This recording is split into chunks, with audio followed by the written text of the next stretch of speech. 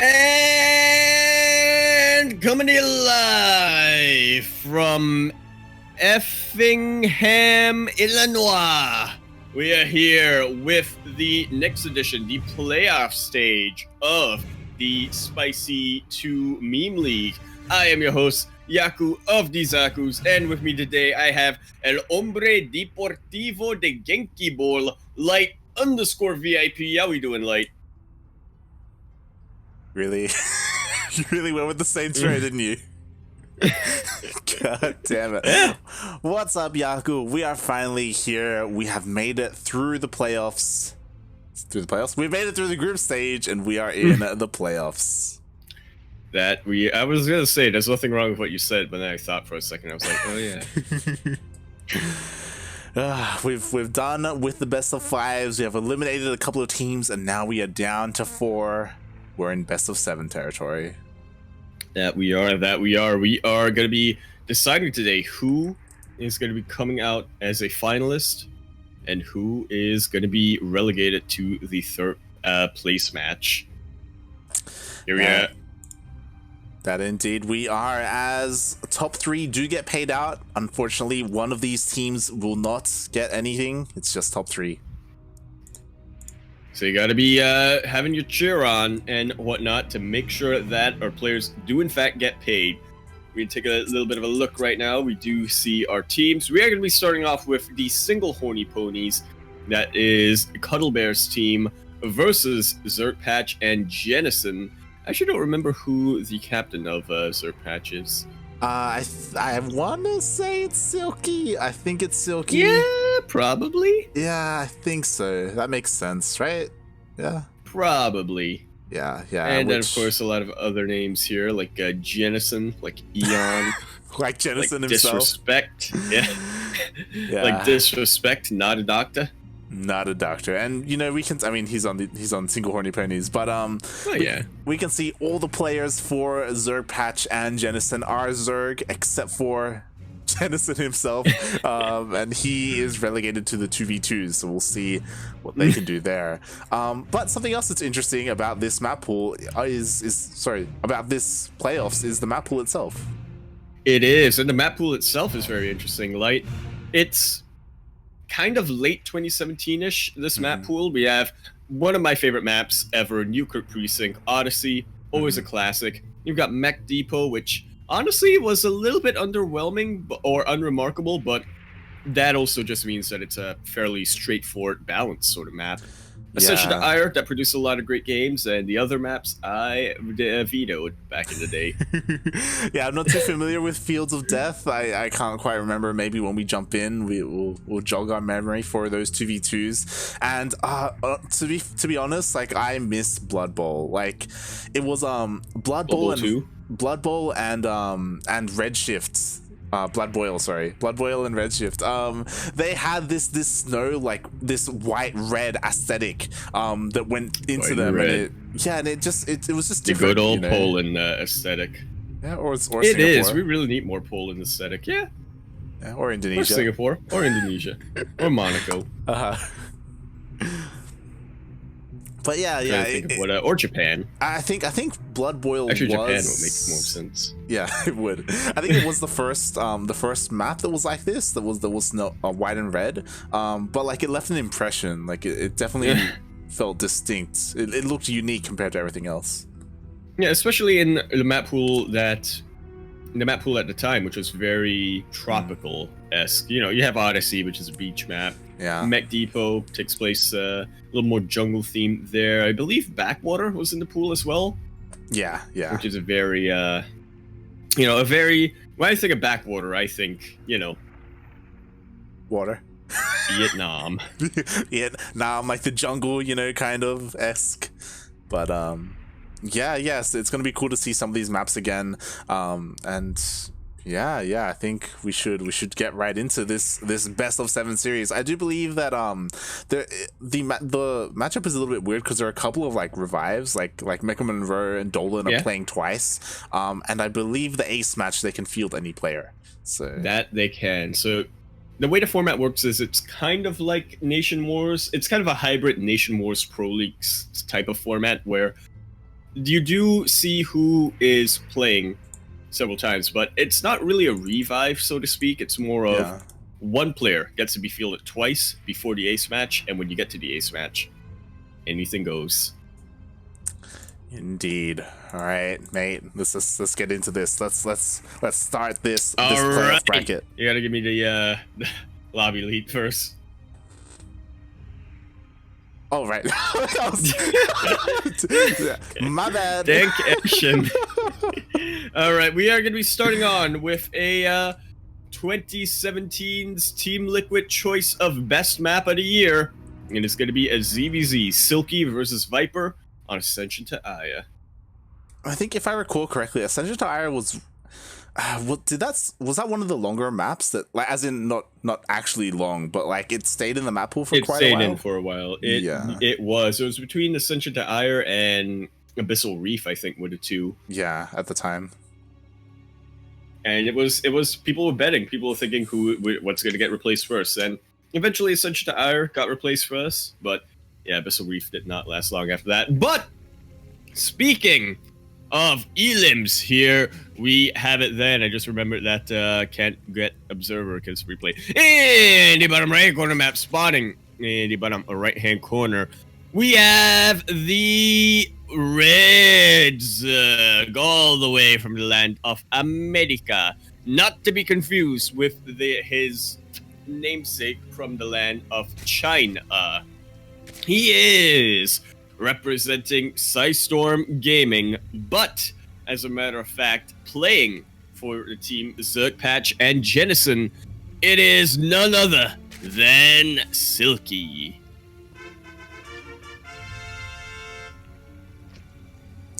And spawning in the top left-hand corner of Ascension to Aya LE, we have the American Zerg player representing Risen from the Gosu, as well as the one and only Single-Horny Ponies. We have Viper.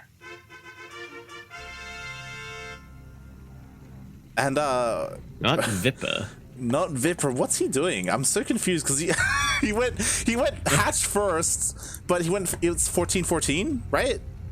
Yeah. Yeah. 14-14-14, I think. Yeah. Okay. Yeah. Why not? I'm not too. I don't see this too often. It's a little bit. Yeah. Okay. Yeah.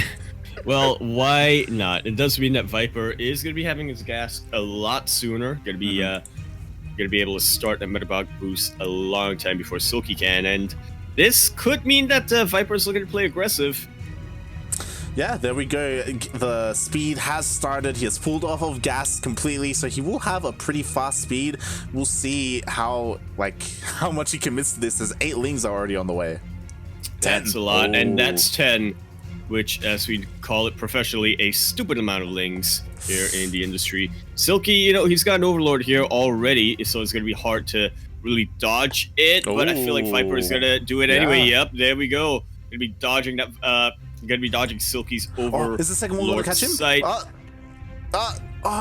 It's not quite fast enough. No, it does not get there in time. Wow. And you gotta remember, this was before the patch that made Overlord speed fairly cheap. Yeah, and we do have a bunch of links headed across the map. Silky went for a fast third base of all things. Oh god, this could be a fast game. There's no Bailey Nest on the way just yet, just now being thrown down, so all these links are going to be able to hit before it is done. They could even get us around on the Queen as well. It looks like he's trying to bank up a little bit more before link speed kicks in. And now Silky has gotten wise to this. He sees a lot of reinforcing links with the Overlord. So just trying to pull back here, trying to consolidate and group up every single one of his forces. This Baneling Nest is not long for this world. And how's the body blocking going to look like? Pretty good. Yeah. I like that he's focusing down the Baneling Nest. Oh, he gets a kill as well. That indeed he does, and this is, Viper about to be sandwiched, but it's very much on top of Viper to notice Silky's start base. Oh no, that was cancelled. Yeah, he actually canceled it to have enough resources for the Baneling Nest and the spine and everything that he's building, but a lot of units are going down here for Silky. Already going to be taking out 2 queens here, but won't quite be able to crack into the main, or really even going to be very threatening in the natural either, thanks to the range of the spine. Ooh, but still, this is a lot. Yeah, it is a lot, but with the Baneling that's finishing up, you know, the Baneling's being morphed on the high ground, the Spine here as well, I think Silky should be fine. I'm a little bit worried because Viper, he's still making more lanes. Just held it. Yeah, I do think that Silky has just about held it right now. Viper still going to be making more and more lanes, but these are on a timer a little bit. So now that Silky has the Baneling nest, he's able to morph the Banelings. Viper either needs to kill Silky right now or transition out, and he's not looking to do the latter, I can tell you that. I mean, he could catch Silky off guard because Silky, he's actually droning up behind this, and Viper has done nothing but make lings, and he's still doing nothing but making lings. So Viper, he could overwhelm Silky. It's all about the Baneling connections, though, because there are 3 Banelings defensively, and if they get decent connections, then Silky should be fine. That's it, yeah. Those are just 3 good connections, and that wipes out Viper's army, and then Silky gonna be able to counterattack, and that's Viper out of the map. But again, micro, that's definitely something that you can do to try to get away with that. Viper is gonna be turning back now and producing a lot more drones. So yeah, Viper is not fully committed to this. I don't know if I like this. He's backing off, he's droning up, and there's so much lava here in these lings. I think here's the one scenario that I like it in, like, is because he sees the Banelings being made, he sees that a Roach Warren wall is starting to come up along with the Spine. The one scenario is going to depend if Silky decides to really turtle up, but as we do see Silky getting that 3rd base, so Viper is not going to have a lot of opportunity here. Yeah, it's on Viper. Yeah, it's on Viper right now. He does spot the 3rd base, so he is going to try and get a cancel with these lings. We'll see if he manages to, as there are a lot of Banelings here for Silky. Nice, they're splitting up his Banelings, protecting his natural. All right, Micro.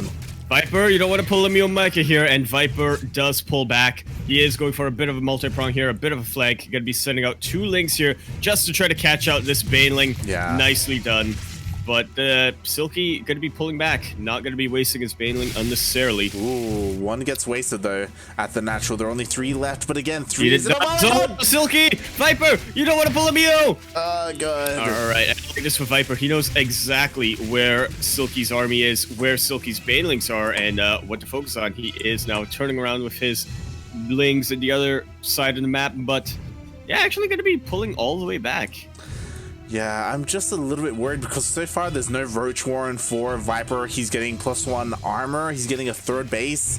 He's not getting his gases either. I was thinking maybe he would try and go straight to Muta or something, but he needs something other than just lings. I disagree. Yeah? Yeah, I mean, you think he's fine with just pure ling? Well, okay, it's the difference between being fine with Pure Ling and needing to go out of Pure Ling. I don't think he needs to go Pure Ling because Lings, they're very supply efficient, right? If they can get really good surrounds on these roaches, if Viper can micro like a madman, you know, if he can micro like Jadong back in the day, then he's fine. That's a big if, though. I like this, but it's up to a certain point. Like at a certain point, this like just falls off the scales. You know, like the lings, they lose their efficiency once there are too many roaches. And so far, we're not up to that point. Like, to be fair, if these roaches got surrounded by the lings, then I think the lings would win. But there are banelings here for support, and I don't see that happening.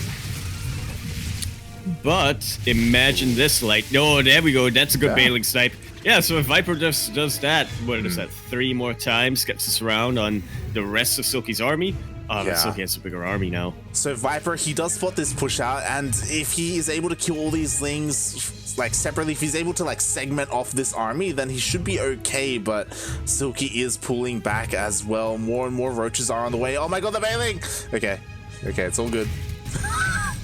So all gonna come down to the positioning here. Viper trying to get some more snipes, and that was a little bit of a inefficient snipe, but still gets it nonetheless. There are only 2 Banelings left here for Viper. Only one Baneling left. But even despite the Banelings, though, I think Silky has enough. Yeah, there are just so many roaches here. I think the best bet would be to try and get a run by into like the main base with a bunch of lings, while distracting the army. And the last Baneling definitely does go needs off. to follow up behind that. The Baneling does in fact go off, yeah.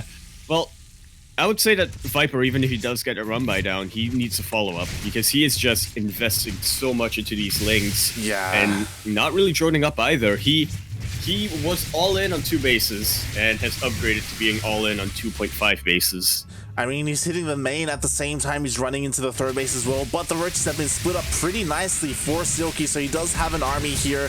We'll see if it is enough as the spine is going down, getting decent surface area on these roaches, but at the same time, but it's Silky... not that circle. Yeah, and Silky, he's just pushing across the map.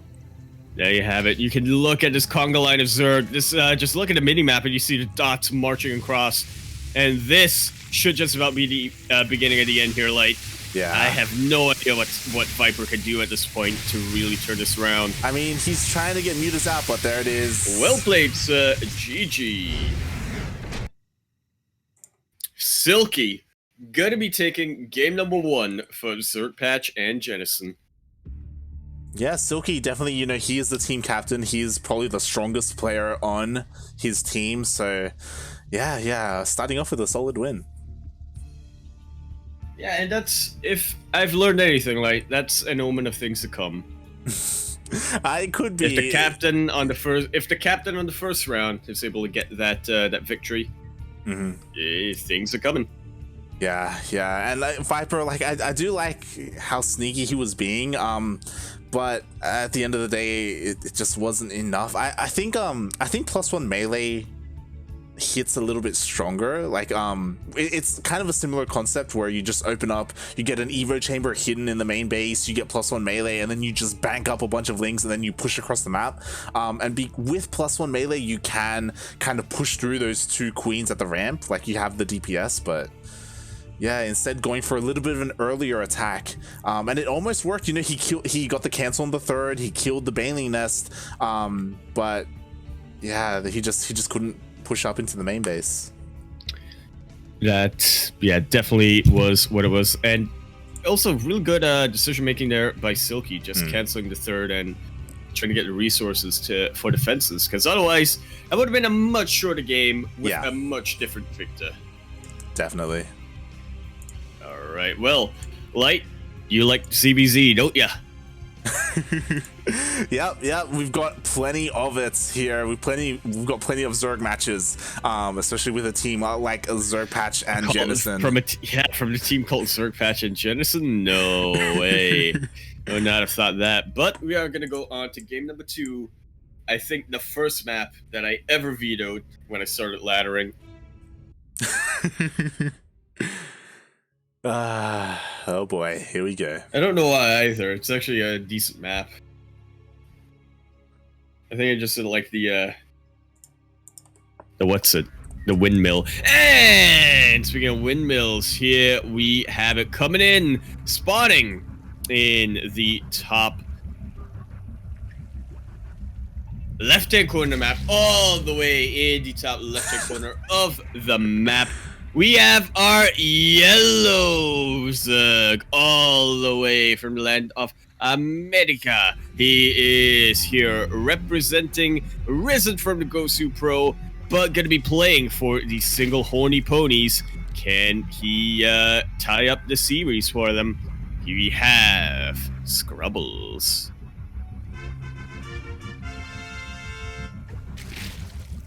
And spawning in the top right-hand corner of Honor Grounds LE, we have the American Zerg player representing Icebound Esports, as well as ZergPatch and Jenasin. We have Jardozer.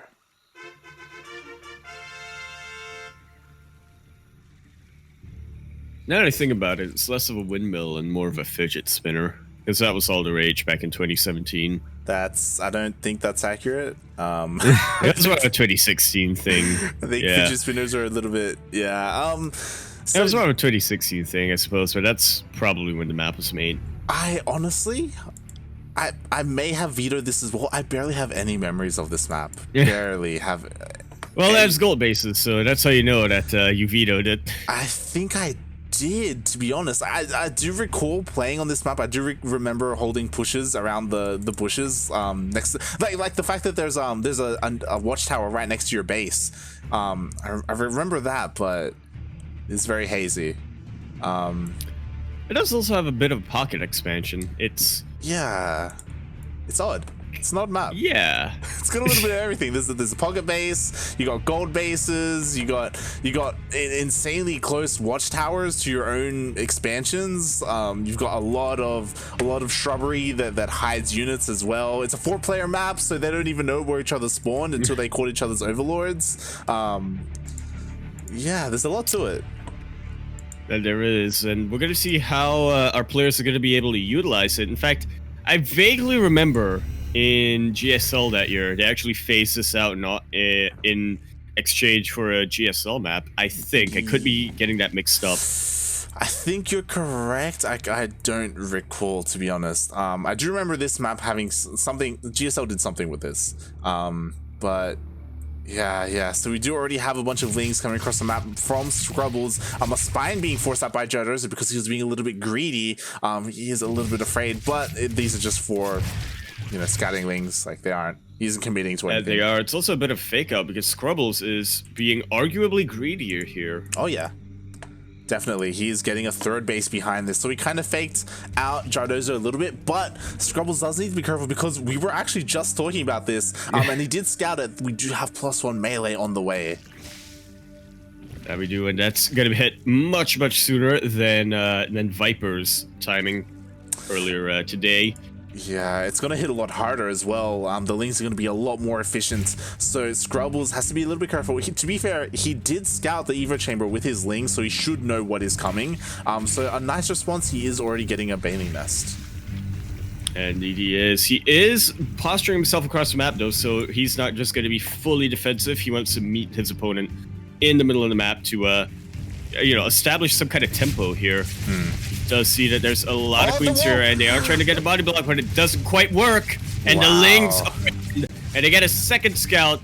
They do see just how saturated Jenasin is, and boy, I gotta tell you, like, if Scrubbles wasn't suspicious earlier, he should be now. Yep, he confirms there's no lair. He confirms there was only 1 gas taken as well, so you can see all these lings are being pulled up. So Scrubbles, he should 100% know what is coming. I do love that he is investing in +1 range already. Like, he's planning to hold against this push and then transition right into roaches. We'll see how that goes, though, as we do have the lings meeting each other. In the middle of the map. And I feel like Scrubbles should know to pull back. Yep, there we go. Knows that his opponent is going to have +1 melee. Going to try to lead them right into these Banelings. Can they get it? Jenasin not going to be pulling a Mio here. Good body blocking here. Trying to keep his own Banelings alive from Scrubbles. And almost getting this clump of Zerglings. But at the end of the day, Jenasin are still being chased away. Yeah, that was some nice link control by Scrubbles. I don't know if you saw, but Jenasin was actually morphing a couple of Banes of his own, and they were taken out as they were morphing during that engagement. So nicely done there by Scrubbles. He holds on, and now he's set up for the transition. He's got +1 range already on the way. Roach Warren is done. Lair on the way. He's getting all his gases, so he's looking to be really solid right now. But Jenasin, what do we ever say? Like, what do we ever say about ZVZ? Like, forget everything. Remember the position. How is the position going to look like? Because there's definitely an opportunity for Scrubbles to still turn this game, or for Jenasin around to still turn this game around, but he's not quite getting it. Scrubbles with the brilliant positioning, with the brilliant foresight to transition to roaches. I mean, Jenasin gets a couple of units here, but not a lot of really long-term damage. In fact, Scrubbles was looking to get rid of those lings. Yeah, Scrubbles. Yeah, Jenasin, he had a lot of Banelings, but he didn't trade very efficiently. I think he traded 4 into the morphing Banelings, and he didn't even cancel all of them. So nicely done there by Scrubbles. He was able to hold on, and now he has roaches out. I do like this though from Jenasin. There it is. Getting a little Indian up in here. I like it. that switch into Spire is absolutely what Jenasin's best chance here to try to get some harassment done.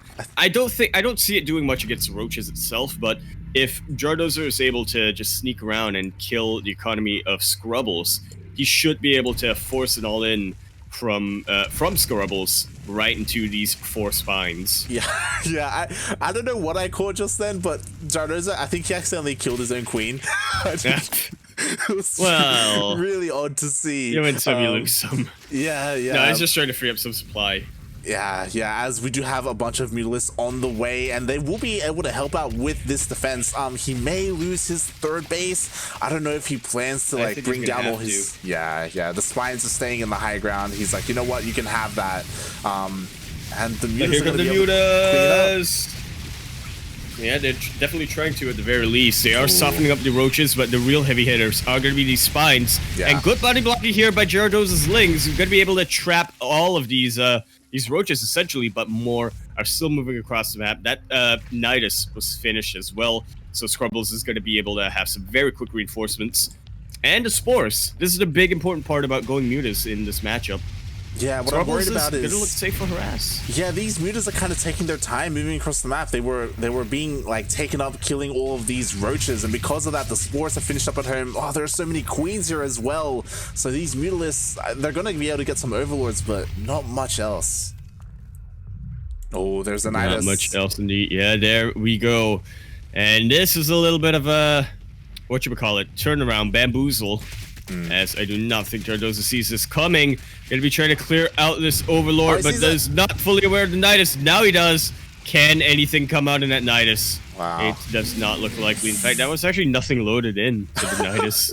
Yeah, that was a bit of a fake out. Look at the Queens. It's because they were slowly marching towards the Nidus to get in. there was no creep surrounding them. Oh, no. So the Queens didn't quite make it in time. As you know, if Queens popped out and transfused, like they would have done well against the Mutas. That they would have. And you know what they say, like, you don't really creep spread in ZVZ, but you gotta cover your bases at least, right? Yeah, at least your bases, especially with so many Queens. But I guess maybe he was trying to save up energy for transfuses, but unfortunately the Nidus didn't really do much at all there for Scrubbles. And we'll see. It all right. Yeah, we'll see how this progresses, because we may get into a longer game now, since the Nidus didn't really do anything.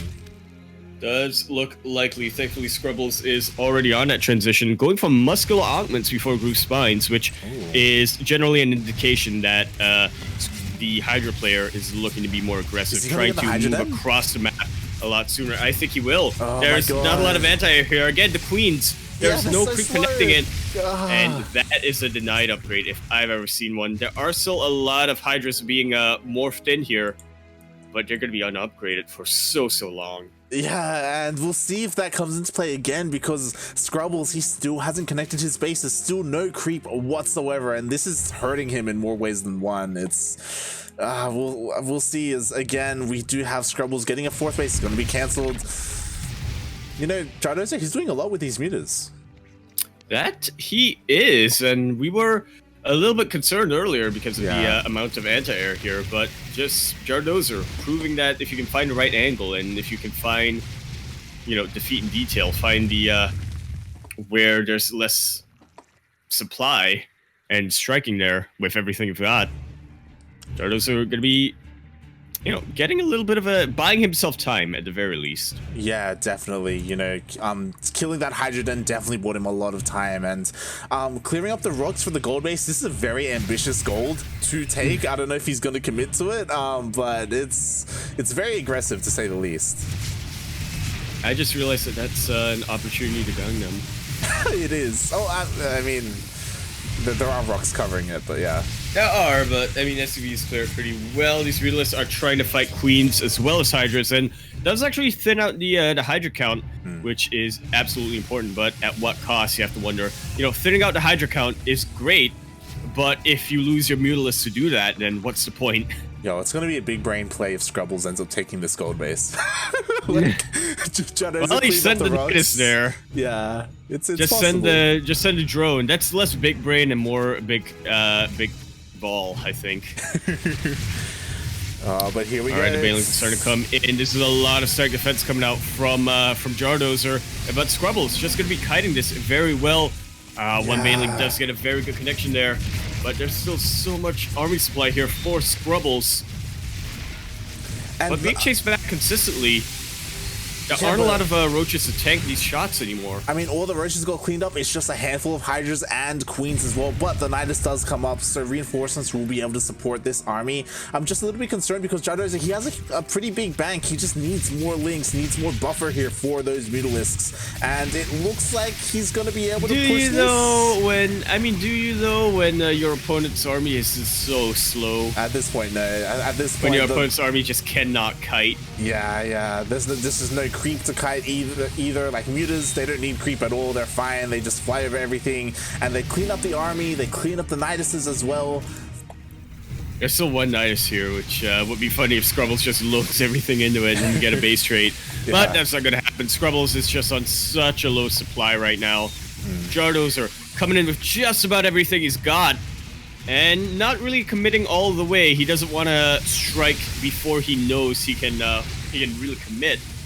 But there's a lot of drones that are going down to Scrubbles. There's so many drones exposed there. 3 go down. It looks like the 4th is going to go down as well.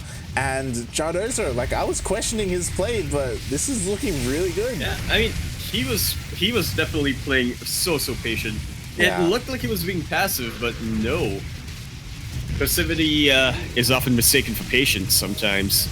Yeah, or patience, the other way around. I mean, he's a Korean player, so... He is. He's also not known to be very passive, and now when you have this much of a supply of mutas, you don't even care about the spoils. GG is called, and Jardoza going to be bringing up the ZergPatch to 2-0 this best of 7. Not quite match point yet, but pretty close. Yeah, I mean, it is a best of 7, so we're getting there. Again, it was really impressive though by Jardoza. Like, honestly, I think Scrubbles had the better opener, like, especially because Jardoza was being so aggressive with that +1 melee, and it was defended almost flawlessly. But when it comes to the follow-up, we saw a lot of things just didn't go Scrubbles' way. The creep connecting the bases, that's something that you don't really think about, but it really did affect a lot of how this game played out. And that's part of why we were really excited to see these older maps come in, where they were in a different meta. There was a different sort of way of thinking when it came to strategy. Yeah. You know, it's great to see it mix and match back in. And in addition to some nostalgia, speaking of which, thank you, Nemesis, for the raid. Yeah, shout out to Nemesis for the raid. Speaking of Nemesis, if you're still here, yo, are you gonna play an SDO? What's going on? SDO is back, and you didn't play in the last one. What's happening? We need the DTs back. Well, I mean, you got Kyojin and Master Swan. And yeah, true. We do have Starduck and Master Swan as well, but you know, we do need a little bit of that Protoss representation in SDO as well. I mean, Starduck's not really a DT player. He does sometimes. We need to talk to him. Yeah. Yo, what are you doing? Whatever you were planning to do, throw it out. Make DTs. And speaking of making DTs, we're going on to our 2-player match. Going to be on the Fields of Death. Yeah, I didn't really have much to add after that. Yeah, I'm gonna need to wait to load in to see if I recognize this map, because I do not remember 2v2 maps at all from back in the day. It looks like one of the maps from the Wings of Liberty campaign, a lava map. You know what? Actually, no. It also looks like a Heart of Swarm 1v1 map. This does kind of look like I don't remember what it's called, but this is. I feel like it's a not reskin, but reproportioned from that map that I can't remember. But speaking of not being able to remember, here we have it spawning in the top hand side of the map, all the way in the north face end of the map. It is going to be our blue Terran player as well as our red Zerg player. One of them representing Icebound Esports, and the other one representing Alpha X. But they both come together here in order to play for the ZergPatch and Jenasin. We have Disrespect, not a doctor, as well as Melody. And spawning in the bottom half of Fields of Death, not LE, we have the Zerg player representing, I don't think he does anymore, Sloth Esports, as well as the Protoss player representing Exxon Gaming. We have Mech Monroe and Jenasin himself representing ZergPatch and Jenasin. I'm a little disappointed that the Exxon logo isn't just like an oil drum or a patrol station. Is there an Exxon petroleum company? Exxon Mobil. Ah. Yeah. Yeah, I honestly, I still don't remember this map. I'm looking at it, I'm like, did I ever play on this map? Maybe not. Maybe I didn't play 2v2s when this was in rotation. I definitely didn't. Yeah. I remember a 3v3 map that looks similar to this, but not 2v2. Yeah, I mean, it does look interesting. You know, there are pocket bases on both ends, so... Wait a minute. Speaking of Exxon, I'm looking at the edges. This looks like an oil platform. But on lava. I don't think this is... I don't think that makes sense lore-wise. I don't think this is an oil platform. Well, I mean, if you look at the edges... Yeah, there's definitely something going on. I'm not too sure. There's even like a helipad at the right side. Is it a helipad? Yeah. Yo, I don't understand the lore behind this map. It's all a metaphor, right? It's all a metaphor for you were trying to get Vespene gas, but it was actually the natural gas. And speaking of metaphors, we should probably talk about what disrespect. Once again, he did this last week, Light. Mm-hmm. That is going to be a proxy 111 coming out. Yeah, he's doing the Tasia build. He is doing a proxy everything on the other side of the map. You know, we will have Bio pushing out with tanks as well as this medevac as well to ferry the tank over and then help micro it. So this is pretty cool to see. We'll see if anything gets done, as this will be against 2 players, not just 1. So maybe they'll be able to handle the defense a little bit better. Meanwhile, we do have Melody kind of just macroing up. I say that we do have a very fast Roach Warren and a very fast Lair on the way, so a bunch of Roach Ravagers are going to be flooding across the map as well. We'll see if they time it well and they hit at the same time, or if it's more of like a 1-2 punch. or if they just fall apart. It's accurate as well. Well, we do see that Mecha Monroe in particular is trying to be very vigilant here. Does spot out the proxy, and we're going to wait to see what the response is going to be. So far, Jenasin not too concerned, it seems. But Mecha Monroe is going to be trying to regroup. Yeah, this is such an unfortunate position. Now there's no mining whatsoever at this main base of Jenasin. And, the pylon! Where's the recall? There needs to be a recall coming up here, but so far it seems like Jenasin just wants to catch reinforcements, which is not very reliable right now, especially when you're only on 3 stalkers. Yeah, he does manage to kill one of the tanks. The other one, though, is standing strong, and with 2 medevacs. Oh my god, and a Nidus as well. There's Nidus. There we go, and now, this is such a good position for the tank. It's going to be able to cover the Nidus and just about everything else here. Yeah. And I feel like we're going to have a very short game here, Light. Yeah, especially because there is only 1 pylon powering the production of Jenasin, and that can be focused down once again. So with that, yeah, it can, but it's not. It's not. Note. Tech is focusing on what I would argue it should be focusing on, that being the Banelings. And now there's not even a warp gate up here for Jenasin, so he's going to be trying to slow warp in. And there you go. Yeah, everything gets depowered. There are a couple of backup pylons, but again, it's just too easy to snipe these pylons. Yeah, and like this is the only base. Like there is another base for Jenasin, but he hasn't Maynard or anything like that. All his production is getting taken out. It's basically a 1v2 at this point. I mean, Mecha Monroe, he's a good player. Maybe he can try and clean this up, but it's so difficult, especially with the Niduses being able to reinforce this so easily. That it definitely can. And when have you ever heard of roaches being the buffer for tanks? Like, it's definitely a first for me, but it is working out very, very well. Yeah. Roaches can definitely tank up quite a bit more shots than Marines can. The tanks, they lead and forward. we're just slowly I mean, Blink will finish up, so these Stalkers will be able to micro more efficiently. We do see also... Yeah, we do see also another Nidus on the other edge of the base. Yeah. So it's going to be a multi-prong attack here.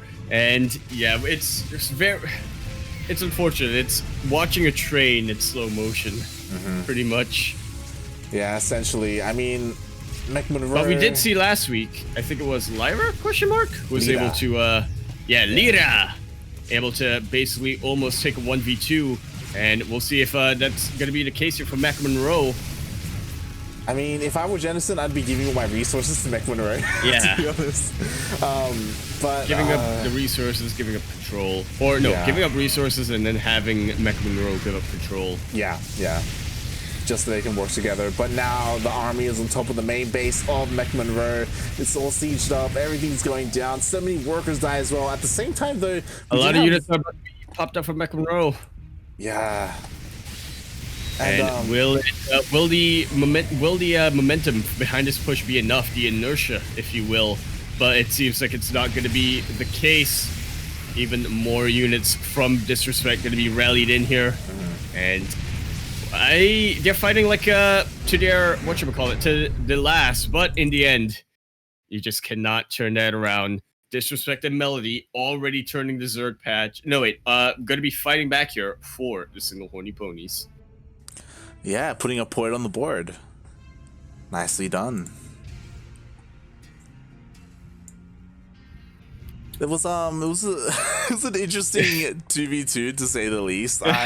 It was so difficult because Melody was just shut down completely. I mean, not Melody, sorry, Jenasin was just shut down completely when it comes to the production. Like, as soon as that pylon went down, like, okay, now you have 2 Stalkers, and that's all you have, basically, to micro, you know? Like, there just wasn't a lot there for Melody to do, unfortunately. They did end up scouting the proxy in the end, but it was a little bit too late. And... Yeah, it was a very strong opener. It feels like a very 2v2 specific like build almost, or style by those 2 players. So well done. Yeah, you can definitely tell that they've coordinated it amongst themselves a lot, practicing it quite a bit, and I would say that that's definitely an example of a game where the contrast between the teamwork is definitely noticeable. As someone who plays 2v2s, that's something that I kind of want to try. Like, I kind of want to try, like, either with you, Milk, or Claire. Like, all right, we've got proxy, we're gonna Nidus, and we're gonna hit at the same time.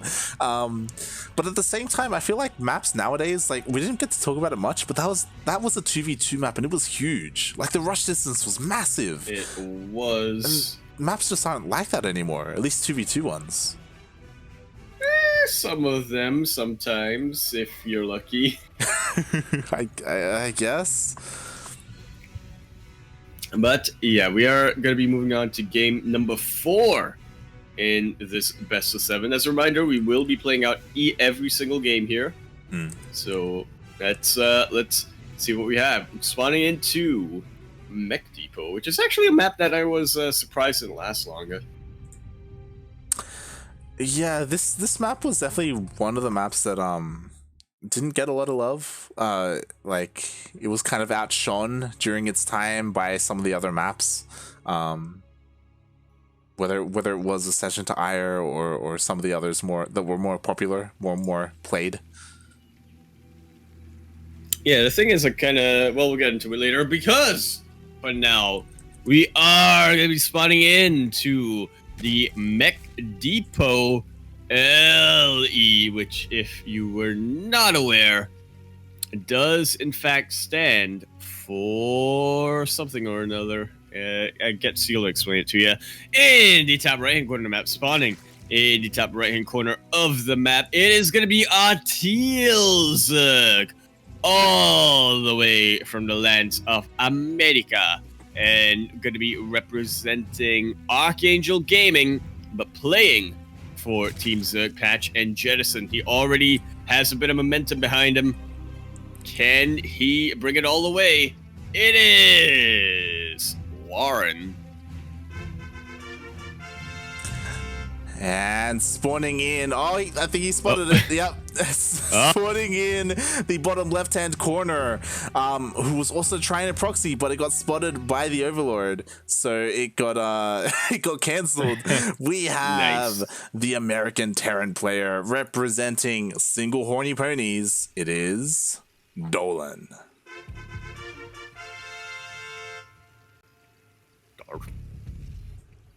I actually have some memories on this map. I think this is the map that for a while solidified my position of, yep, I'm gonna go BC every TVT. Yeah. This was a very interesting map. You know, there are rocks in the middle that you can break down. There are no gold bases, which is quite nice. But yeah, Dolan trying to trick his opponent there a little bit. Haha, mind games. Cast them down. I like it.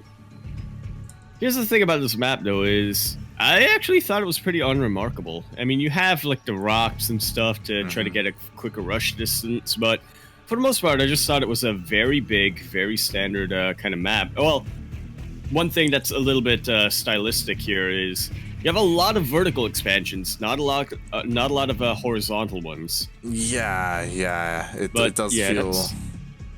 The horizontal expansions are definitely a lot more like open, a lot more vulnerable. But other than that, just pretty standard, which is why I was surprised that it only lasted 1 season or 2 seasons. Yeah, it wasn't very popular for whatever reason, even though there's nothing too weird. Like, you'd think that because it looks pretty standard, like it would be played a lot more. Maybe it's because it was too boring. Yeah, maybe. And yeah, I guess we'll see how this gets played out. It is kind of big, but it isn't as big as some of the other maps, like Acolyte that we've seen, or Dust Towers. It doesn't feel that way anyway. Yeah, well, and even if it's still too big, you can always try to get these rocks out. And for now, we do just see both players playing it pretty safe. Wow. We have Dolan, Dolan trying to get that bunker up. He is very concerned about a potential Zerg aggression, but Warren gonna be checking every most proxy locations just to make sure that he's not getting mind gamed. Yeah, surprising amount of damage done there. Warren coming in with 2 Lings, gets 2, I think it was 2 SCVs and a Marine. Yeah, pretty nice there. As we do have Dolan going for a 1-1-1 with a fast 3rd CC behind this. That we do. So it's you know, he's playing it defensively, but he's not turtling, if that makes sense. Yeah. I mean, there are different avenues to go for 1-1-1. Either you get the 1-1-1 and then you get more production behind it, or you get a faster 3rd CC. It is a little bit hidden, as sometimes you do have that as part of your wall at the front. Instead, though, it is already here, as I guess he plans to land it to the right on location? Question mark? Yeah, that would make sense. Definitely. Yeah. I think Dolan is engaging in a little bit of mind games himself. Getting that bunker up, you generally wouldn't suspect. Yeah, you wouldn't suspect a Terran player to go for a 3rd base. Yeah, and I love what Dolan's doing here in the left-hand corner of his base. He's hiding all of this production. He's getting a fusion core. He's getting a tech lab. He's going to get a BC. Nicely hidden there. Wow. So like the further starport to the right was kind of like a fake starport, to make it like look normal. Yeah. Well, fake. It's definitely the one that's not going to have the tech lab on it. Misleading, I should say. Misleading. Yeah. So Dolan probably just going to be thinking, oh yeah, you know, Liberator, maybe. Oh, but here's an Overlord coming in from the south. Oh. Maybe chased away by the Viking, or not quite yet. Could be killed. Yeah. Could be killed. Warren actually shifting the Overlord rally in response to that, trying to find out what is going on, and gets it taken down. This still doesn't see the fusion core. But yeah, he doesn't. That there's a tech lab being built. Yeah, he doesn't see much at all, really. I mean, he did get a glimpse of the tech lab on the regular or the misleading starport, but again, that could just tell him Banshees, maybe, if that. So we'll see, as the Overseer doesn't see anything. Okay, he sees it. Should be able to see it. Yep, there we go. Did he see the fusion? No, he did not. All right. So he could just be thinking Mass Banshee, which, to be fair, you're still gonna prepare for it the same way you prepare for BCs. Yeah, this is honestly I haven't seen this BC opener before because he's utilizing both starports to get 2 BCs at once. Like, wow. this is as NA as it gets. Jesus. Just about somebody called Nathanius. As somebody called Kronos even. Yeah, and I do quite like the response. We do have 2 spores in each base. We do have a Spire on the way as well for Warren. So Warren is going to be trying to get out those corruptors as soon as possible to try and deal with this. We'll see if these BCs will deal much damage because, again, the distance is pretty long. So is he going to like walk his BCs over or is he going to teleport in? I think he's going to TP it. I mean, I feel like it would be better to TP it. There's definitely some dead air on this map that you can take advantage of. Yeah. Will be a bit of a risk, though. Ooh, nice double scan. We do have Dolan confirming. Yeah, he sees the Spire. Sees everything. And that's a lot of Raxes being thrown down, actually. On 3 bases. Yeah. I mean, we do have Yamato on the way as well. We do have Dolan kind of setting up. Instead, he's deciding... canceled 2 of them. All right. Yeah. Instead of the BCs, they're just flying across the map. I guess because he saw the response, he wasn't too concerned about TPing in, but maybe I think he's actually just playing BC mech and not going to be using it as an opening. Yeah. As we do see 2 more BCs being made. He's committing to this. He's waiting to max out. Yeah. This is interesting to say the least. We've seen this kind of fall on his face. Recently we saw, I think it was Pure Legacy played this. Or during Battle of the Americas. It was either Pure Legacy or maybe it was the Riddler. No. It was what's his name? What's the he's European. And he's crazy and he's Terran. And I think he's from Ukraine. Not Soul. I know who you're talking about. I don't remember the name. We do see Wheelers coming in here, and I feel like Dolan kind of resting on his laurels a little bit, expecting Corruptors. Yeah, and I was expecting this it as well. is a complete bamboozle. We see the worker supply just plummeting while Warren's is super healthy. Yeah, Jesus Christ. And these realists are kind of abused the fact that these BCs are incredibly slow and he was relying on them for the anti-air. I think when you scan Spire and you're going BC, you assume Corruptors, so it's like whatever, like they're not going to be harassing anytime soon, right? But yeah, the Mulist completely blindside him, kill 20 workers, forcing him to lift up his 3rd CC, and Jesus Christ, just look at the supply. That's definitely, the writing is on the wall. Warren is almost about to be maxed out here, but Dolan got a pretty good defense. No, never mind. Never mind. It's just... His base just feels so naked. Other than the BCs, like he doesn't really have much. There's no missile turrets. You're gonna be even forced to use these Yamatos on top of the Mulist, being forced to make a couple of Thors here, and this is exactly what Warren wants. Yeah, I mean, all the Mulists get picked off, but I feel like they definitely paid for themselves. They were able to kill so many SCVs. They were able to deny the Cyclone upgrade as well. So nicely done there, as we do have him finally transitioning into Corruptors. We have a Roach army for the ground as well. And Warren, he's on, what, 6 bases? 5 bases? Jesus Christ. That is 5 bases. Not quite getting the hive yet. There is the infestation pit. So even though Warren's about to be maxed out, we should not really see a big push anytime soon. Maybe a run by or 2, but that should just about be it. Yeah, the scan. Takes a little bit of scan there, and just trying to figure out what is going on. And if I was Dolan, I would be concerned. Yeah, I mean, Dolan, the scan caught a glimpse of the Corruptor, so he does know that tech is on the map. To be fair, his army is decent.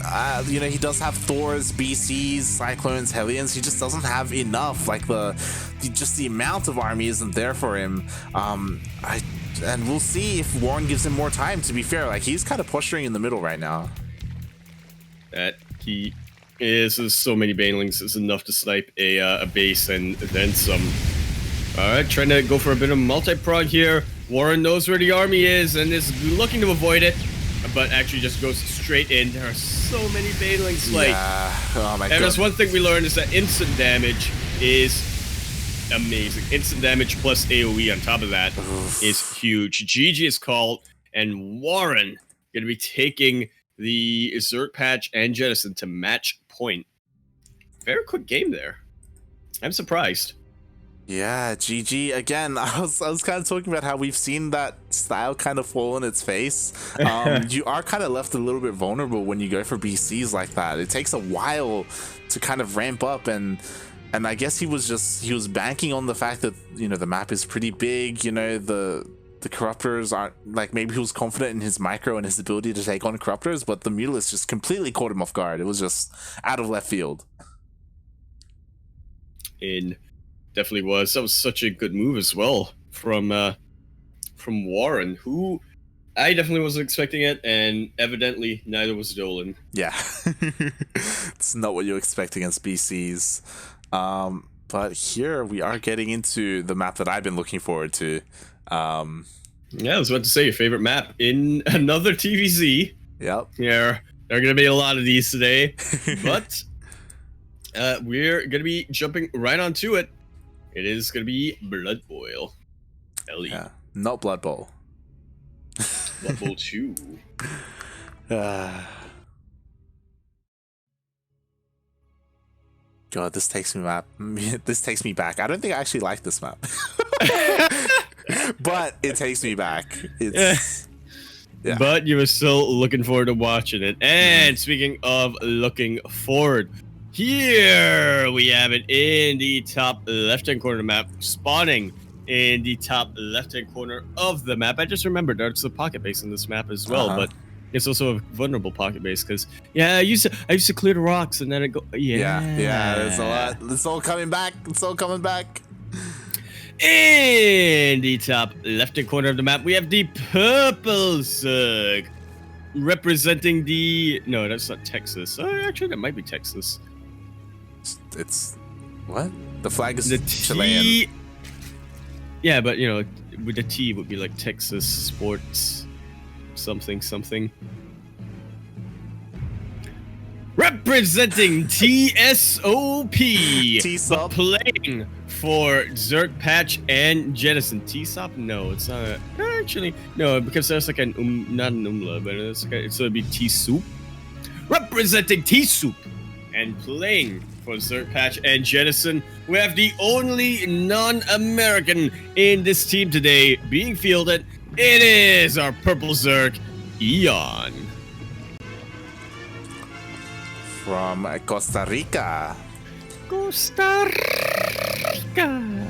And spawning in the bottom right-hand corner of Blood Boil LE. Look at that. Look at that snow on the CC. Oh my god, it's amazing. We have the technology. We have the American Terran player representing Team Single-Horny Ponies as well as Alpha X. It is Cuddle Bear.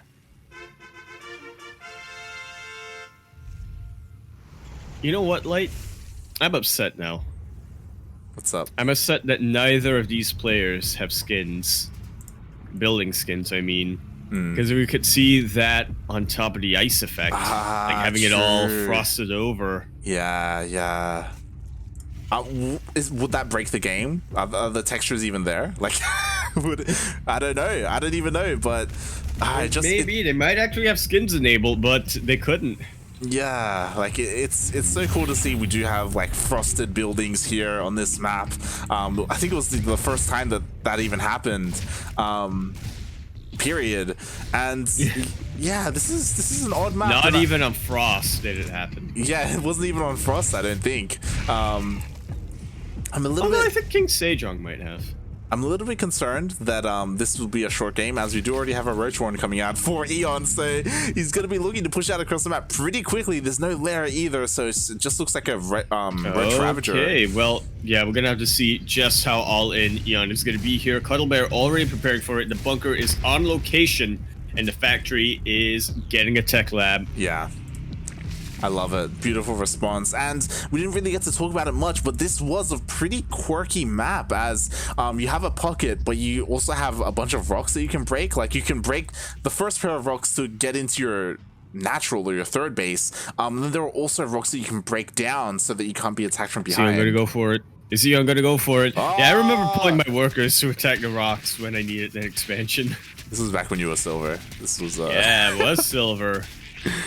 But again, Cuddle Bear just way on top of these sort of things. Probably going to be building a bunker here as well, I imagine.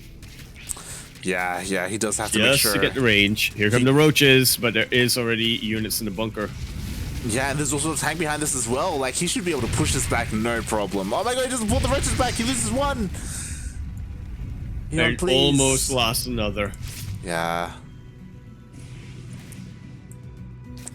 There's so much that goes into this as well, because there are these bases in the back as well that you can get into. Like, you can traverse your army around the back door to try and get around your opponent, and it's also like a pseudo I remember tank positioning being really good in this map. Tank positions were really good behind the mineral line, like on the low ground as well. Oh my god, there's so much to this map. So what we're saying, Blizz, in addition to Dusk Towers, bring back Blood Boil, Acolyte, don't forget Acolyte, and Acolyte. Yeah, we gotta get the 2017 pool back. We do. But 2017 All-Stars, we don't want Mech Depot. None of this golden wall, none of this purity in industry. We don't want honor grounds neither. Mate, we're fine. Does look like this Reaper will finally get taken out on the other side of the map, and it looks like we're going to be trying to transition. Eon, he invested a lot in these early roaches. They did nothing at all whatsoever.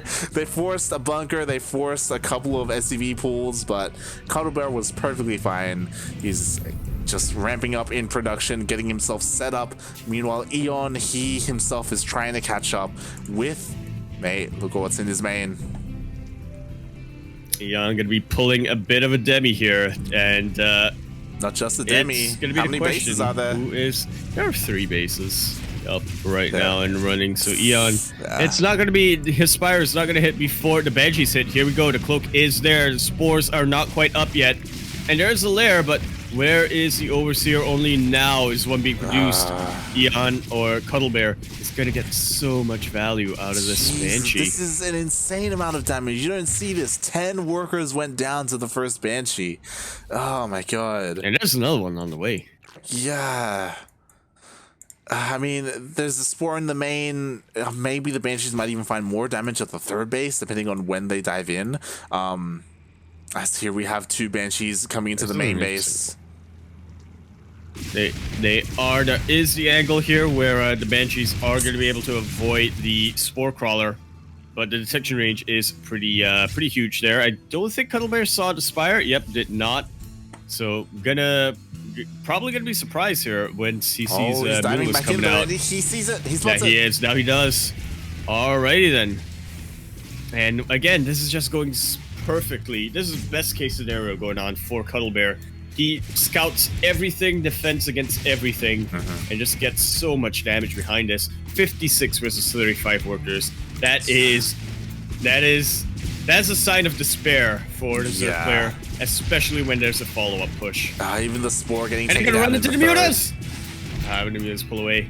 Oh yeah, he has to be careful. The mutas, there's so much bio here on the map, and the mutas, they are finding a little bit of damage with the reinforcements, which is nice, but there are so many turrets up in the main base, so Cuddle Bear should be fine. His production should be okay, but oh, it looks like combat shields might get taken out.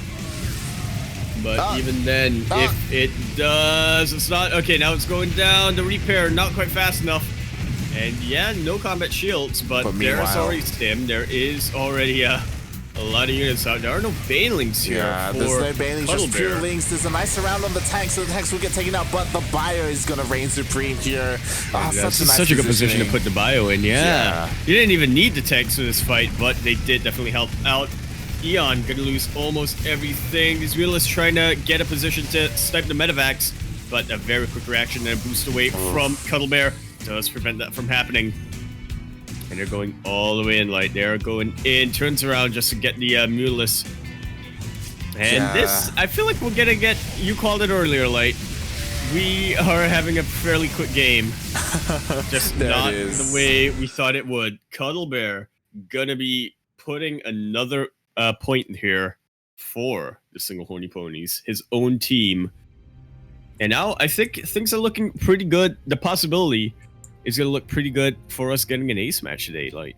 Yeah, you know, they are fighting back. Both teams are taking maps off of each other, and yeah, that last game, I wish we had a little bit of a longer game. I know there's so much potential on that map for a longer game because you have like kind of two almost three like pockets there to take, so the longer games there is potential. But yeah, Eon going for a very fast Roach Warren, as we were saying, it didn't do anything. didn't really do much at all. Cuddle Bear, he was just ready for it. Like, if you're struggling against these kind of openers, like, check out Cuddle Bear, he knows what's up. And yeah, just a solid marine push. Just yeah, Mutas, they didn't really get much at all, the follow-up. I feel like you learned a thing or two from Demi in this scenario. But now we are going into one of the maps, but not... Yeah, actually there were two maps in this specific pool that I was looking forward to, and this is one of them. We are loading in onto Odyssey LE, otherwise known as the best map for 2rax Proxy Reaper. No, 3rax Reaper, actually, now that I think about it. How long did this map last in the map pool? This was like 3 seasons, I want to say. Like 3 years? Like it didn't last that long, but it lasted a long time. It was beginning of 2017 till beginning of 2018. It lasted for the first season of 2018. And speaking of lasting way longer than we thought it would, here we have it coming in here for the whatchamacallit on the bottom right-hand corner of the map, spawning in the bottom right-hand corner of the map. We have a reappearance here in this particular team clan war / team match. It is going to be Green Terran. We've seen him earlier on the Mech Depot. Let's hope he has a bit of a better showing here. It is all the way from the lands of America. We have, representing himself, but playing for the Single-Horny Ponies, it is Dane Dolan.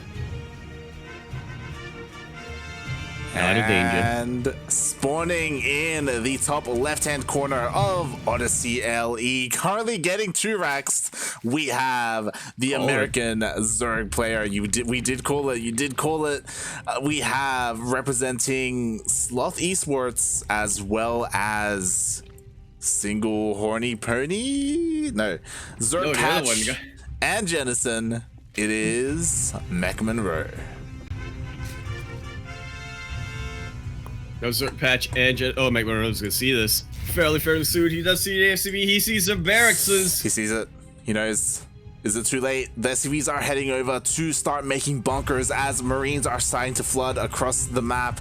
We do have a nice drone pool though, so will he be able to stop the bunkers from going down? So far, so good. Wow, Dolan not even bothering to throw down the bunker, knowing just how vulnerable his SCV would be. But there is a time limit here. He just gets the bunker right in the last second. Because, fun fact, you cannot build on creep. That you cannot. Not even in 2v2s. It's a little bit annoying, but, you know. Yeah, as we do have a nice drone drill here. Down. Oh, yeah, that was actually really good. Looking to get a very nice round on top of these Marines, as well as these SCVs. Already 2 of these Marines coming down, but the kiting is definitely there for Dolan. And the reinforcements are starting to get in. Gonna have to probably scrap this bunker. Yep, there we go. Nice. And off creep these links, not really fast. No, they're not, but they do clean up all the Marines. There's only 1 left and 2 SCVs as well. It looks like Mech Monroe is starting to hold this. There are a couple more Marines on the way for Dolan, and they may be able to save these SCVs, but yeah, they're looking to get into position here, and they do manage to chase the links away. Well, it looks like Dolan just going to be going back home. Well, I mean, they're chasing the links. The links are just heading across the map. They're just going for the throat. Oh god. He is still rallying across the map, and yeesh, ow, oof, owie, things might not be looking up. That's a wall, Especially right? getting the wall up in the final second. That is in fact a wall, but even just in case it isn't, Dolan's gonna make sure that it is. And yeah, we're gonna transition out now. Huh. Disappointing. This is not the Odyssey I remember. This is the Odyssey where I remember when your 3 racks fails. Die. Yeah, Mech was able to hold quite nicely. I think it was all about that drone pool, able to force the army away of Dolan, and yeah, he was able to take out the bunker. And if there's no bunker, then it kind of takes the wind out of the sail of this push. Yeah, that is definitely the key to holding this sort of build. You want to make sure that the Terran player is never able to group up, never able to really get that foothold in your base. Yeah, otherwise, you know, he starts snowballing, and then it gets from bad to worse, and then there's just too many Marines, too many bunkers. It can just go very badly, very quickly, but nicely done there by Mech Monroe. He's able to hold and drone up behind this.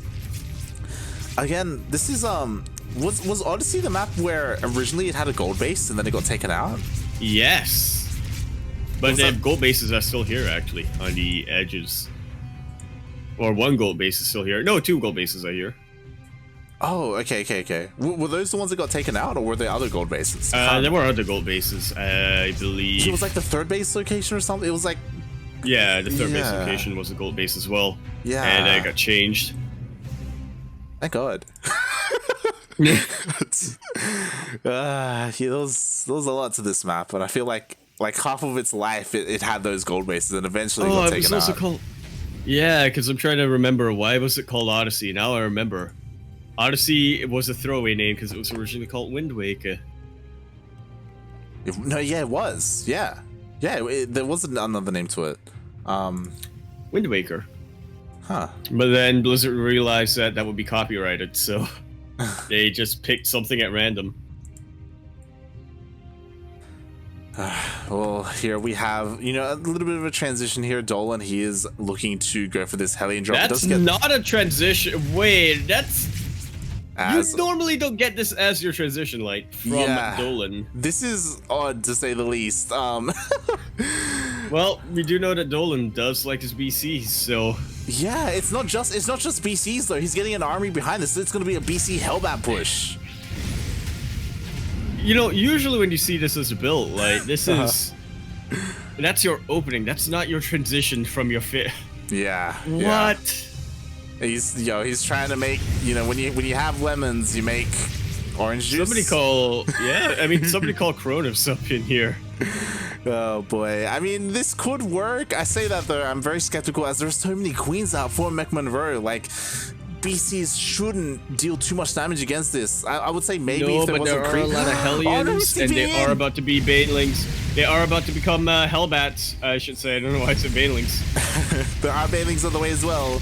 That is accurate, as we do have the Hellbats pushing in, looking to protect the BC and from this, the I queens. think, might be a bit too much firepower here for Mech Monroe to deal with. We'll the see. Boys have been pulled.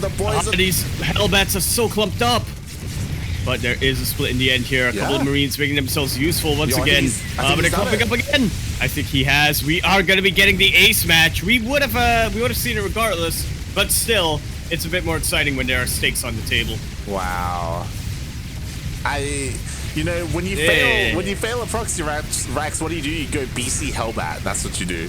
There we go, BC Hellbat push, which even as an opening is very rarely used, but as a follow-up to your failed opening, the balls on Dolan, man. I gotta say. God. I mean, yeah. There it is. And there we have it. Dolan rather. Having the chance to redeem himself, gonna be able to get us an ace match where we have some stakes. Yeah, GG. I mean, it was looking pretty dire, and judging by the queen count, I was like, nah, BC's not gonna do much here. But But then you have to look at the Hellion count. Yeah, the Hellbats were kind of the MVP there. He could have even done that without the BC, maybe. Like, the BC was like a nice support there for the Hellbats, and the splits were great. You know, the boys were pooled, the Banelings didn't really get the connections they needed. The Queen slowly went down, and once they were all gone, that was kind of it for McMonroe. It definitely was. And speaking of McMonroe, that is not who we have to be revived here. We have a little bit of a well, not really a captain's battle.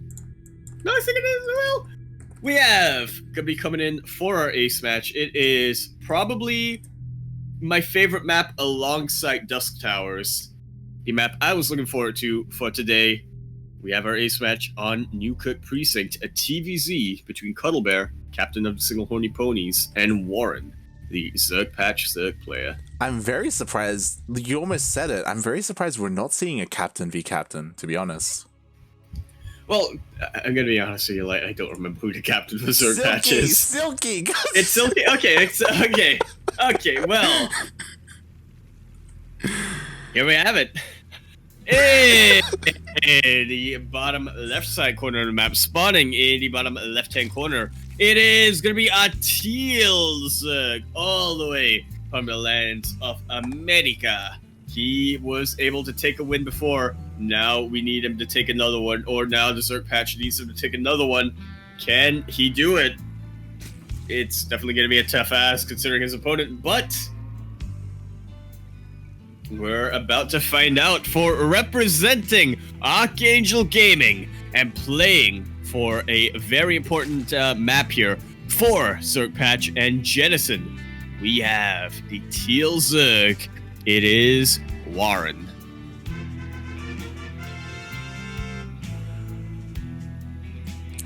And spawning in the bottom right-hand corner of Newkirk Precinct TE? Yeah. Legacy of the Void Edition. We have Cuddlebear, the American Terran player representing Alpha X, as well as Single-Horny Ponies. It is Cuddlebear. Nice to see Captain Conduct here as well, and this is my sentiments exactly, Cuddle. Yeah. I mean, we've seen so many games. Because this is not. Go for it. Yeah. I was gonna say, this is not a Legacy of the Void map. It was. It's actually a Heart of Swarm map that was brought back in for the first season, I believe, of 2017. So. Yeah. That was the All-Star season where you had Daybreak. You had. I don't think you had Cloud Kingdom, but yeah, you had Daybreak. I think you had Ohana. No, it wasn't Ohana. It was the other map. Ohana came out for the Dream Pool. That was later on. That was Yeah. But yeah, this map, we've seen a lot of games on this. It's been around for a long time, and it's kind of cool to see it back. It feels very old school, as they were saying in the chat. It very much is.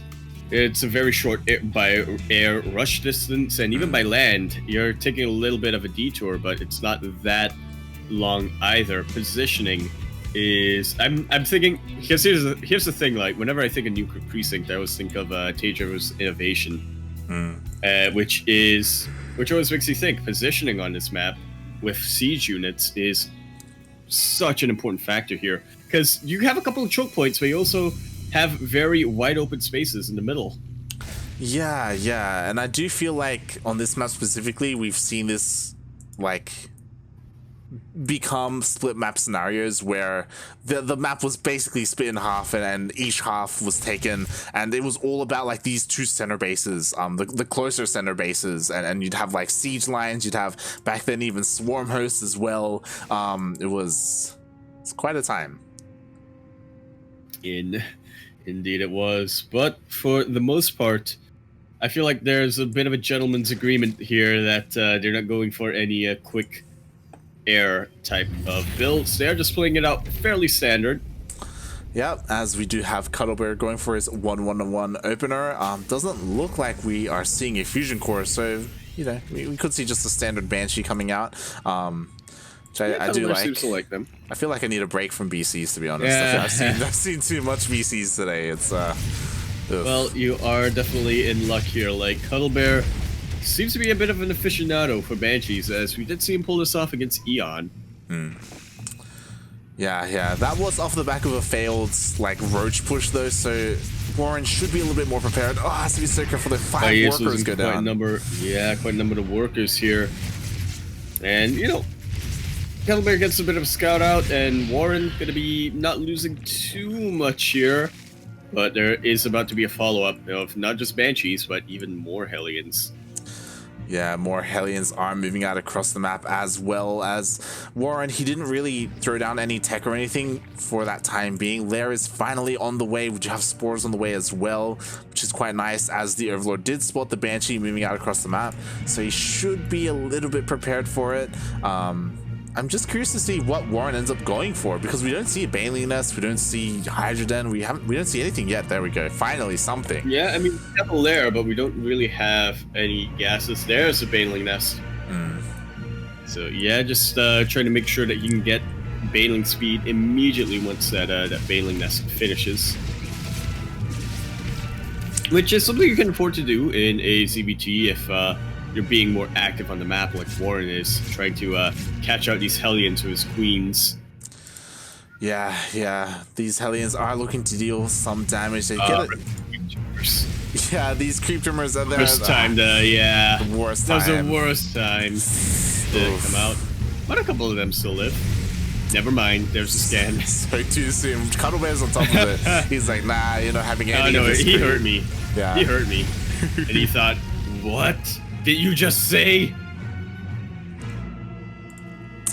And yeah, finally we do have Warren with what he's deciding to go for. Just pure Ling Bane. He hasn't, only off of 1 gas. He's finally taking some gases at his 3rd base, but yeah, very light. And I gotta tell you, like, pure Ling Bane has actually been infuriating to me lately. I feel like a lot more Zerg players are starting to realize, tanks are not as effective versus pure Ling Bane compared to something like Ling Bane Hydra or Ling Bane anything else. Well, I mean, just like how with Glaives, I say, thanks, Zest. You can thank Dark for that one. We can definitely, yeah. Yeah, Dark, he has been playing a lot with just Ling Bane straight into Hive. Who needs Hydras, who needs Spire, just pure Ling Bane. And, it can work. It can be abused. Drops can be really effective if the Terran player goes heavy on them. But yeah, we'll see, as there will be a pretty strong ground army for Warren. But picture this, like, mines. Yeah. It's accurate. Could happen. It's not happening, but it could. Yeah, I mean, on paper, right, mines would generally be the counter to pure Ling Bane, but again, as we mentioned many times throughout multiple broadcasts, mines can be very unreliable. I wouldn't be too worried, though, if you have enough of them and position them well enough. Yeah, it also depends on the Zerg player. I think that's the good thing about mines, is that they allow for counterplay as well. Like, you can bait out Widowmine shots by sending in a couple of units here and there, or like an Overseer or something. But then sometimes you play against Seja. And speaking of which, here comes the crash in. Almost all of the Zerglings actually going to be taken out before they can hit the tanks. And yeah, now these tanks, they tanked a lot of damage from the Baneling shots. And Cuddle Bear, he's just doing the standard Terran slow siege up. So much bio gonna be taken out by those Banelings. And this is actually the really abusable position, but not abusable enough, it seems, as the Banelings did manage to get taken out. Cuddle Bear, the wind got knocked off his sails there a little bit, but he did manage to clear up a lot of creep. Yeah, that he did, as Cuddle Bear, it looked like Cuddle Bear had a little bit too much there. Rotating around.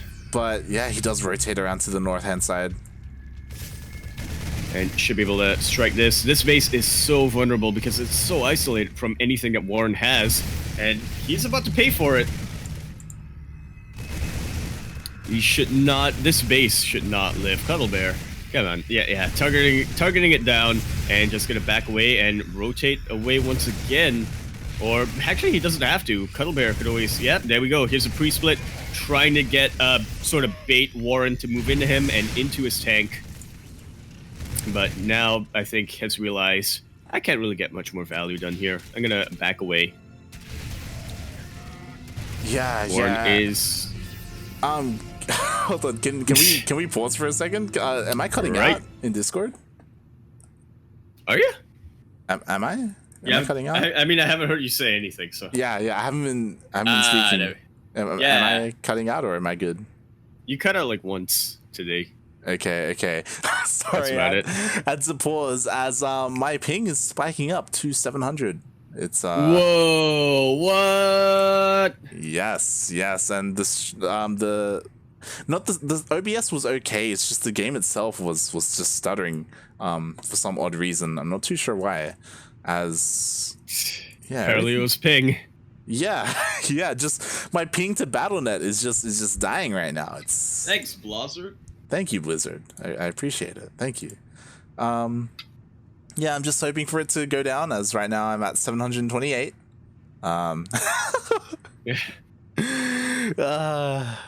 Hopefully things settle as, you know. Get that VPN up. Yeah. We have had a couple. We have had a couple of issues with Yakuzaku streaming, so that wouldn't be an option. Yeah, hopefully. Oh my god, I'm up to 800 now. That's a lucky number. Is it? Might be. Sure. Depends on who's asking, you know? Yeah. By the internet for the past month or so, it's had a couple of issues. Yeah, it's so odd. I'm not sure why. I'm not downloading anything or anything like that. You should know why. I'm up to 1,000 now. I'm just going up. The MS is just going crazy. And while you're in chat, !Maturino, the codes for the Spicy League have been used up. However, while you're there, consider, you know, if you're interested, making a purchase or a donation. Or I should say tip, rather. !Maturino in the chat for that. And yeah, you can support the tournament, you can support the scene, support NA Apprentice, as well as Sugar, as we should be good. My ping has subsided quite a bit. We are all the way down at 200, and that is beautiful. There we go. You just had to look at it sternly. All right. Are we ready to go back in? Yep, let's do this. 3, 2, 1. P button. And all right, where were we here? Light Cuddlebear rotating around. Rotating down, as he did kill the fourth base. Kind of uncontested there. And Warren, he's kind of got his back against the wall right now, especially against this. Oh, that he does. And this is, I mean, this is one of the styles of, well, it's not really a multi-prong light because it's still a single prong, but it's definitely one of the big advantages of Bioterran, especially on a map that's as compact as Yukon Precinct, is just the ability to be threatening and walk around with your entire army. That medevac does in fact go down, but does draw a lot of forces of Warren back, as we do see another wave of Bio and the tank gonna be going back to hit that initial fourth base location. Yeah, Cuddlebear is rotating up to the north-hand side again to cancel the fourth base. Meanwhile, there was a bailing run-by in the third of Cuddlebear, but it didn't really deal any damage there. It got a couple of hits off, but none of the workers did go down. And, oh, that was a kill! That wasn't a cancel at the fourth! That was a kill? Yeah. Oh, dear. Things, once again, things are just looking to be from bad to bad here for Warren. So, he's not completely out of it yet. Yeah. He does have a decently potent army. But the big thing is he doesn't have creep spread. Cuddlebear has really good tank position, so you know his best bet is to try to bait Cuddlebear into walking into a trap. And Cuddlebear is just way too vigilant for that. I was just checking. He only has a single creep queen left alive. That's why the creep speed has basically stopped completely for Warren. And again, Cuddlebear, he's not looking to engage. He's just looking to deny the fourth base. That's all he wants every single time. And the tanks are another weapon. The tanks are in siege. Tanks are in siege, but Warren does back away, giving Cuddlebear a bit of time to set up his siege line. And just going to be denying his fourth base again. Yeah. He can just poke in and back off. And that was another kill. Oh my god, Warren! That was another kill. Please. All right, coming in here with a triple pronged flank here, Warren does, and it is actually doing quite a bit, but the Marines are so potent. There are no Zerglings, there is no buffer, and Cuddlebear is just stutter snapping his way in. If he's not careful, he's about to get flanked by Banelings, but he is careful. He is careful. He takes care of the army. He killed the 4th again, and the Banelings get sniped just before they land. And once again, Warren has just been stuck on 3 bases for so long, contained for so long, whilst Cuddlebear, he is just really breaking out. Look at how many barracks he's got. Yeah. And he's already thinking ahead for his late game. He's already got the Sensor Towers. He's already transitioning into Marauders. Absolutely what you want versus in a late game scenario. Yeah, and he's on 5 bases behind this as well. Root Lords. Like you don't see this in a TVZ. Normally the Zerg player is the one with at least 1 extra base, but now Cuddlebear is in complete control. He's basically maxed out at this point. It's just 1 more SCV pretty much, and he's maxed out. Yeah. Sending in a little bit of a Vanguard. This Bioforce is getting caught, but there's just way too much. Gets a concave behind this, and I think we're about to see the beginning of the end here. GG is called.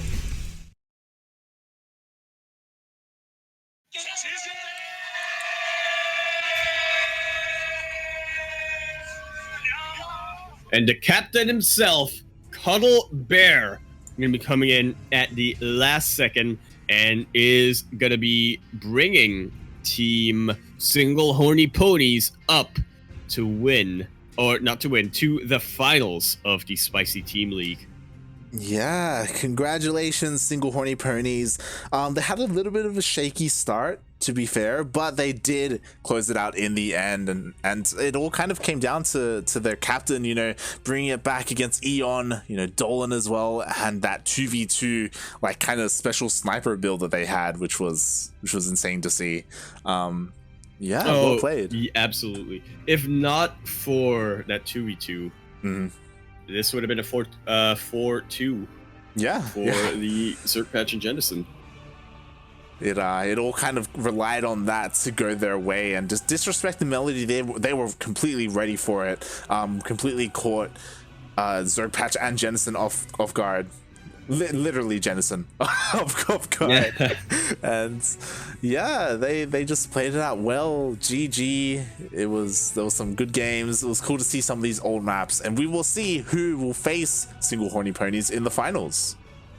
That we will, as we have another best of 7 here in the semifinals. And shall we go into that?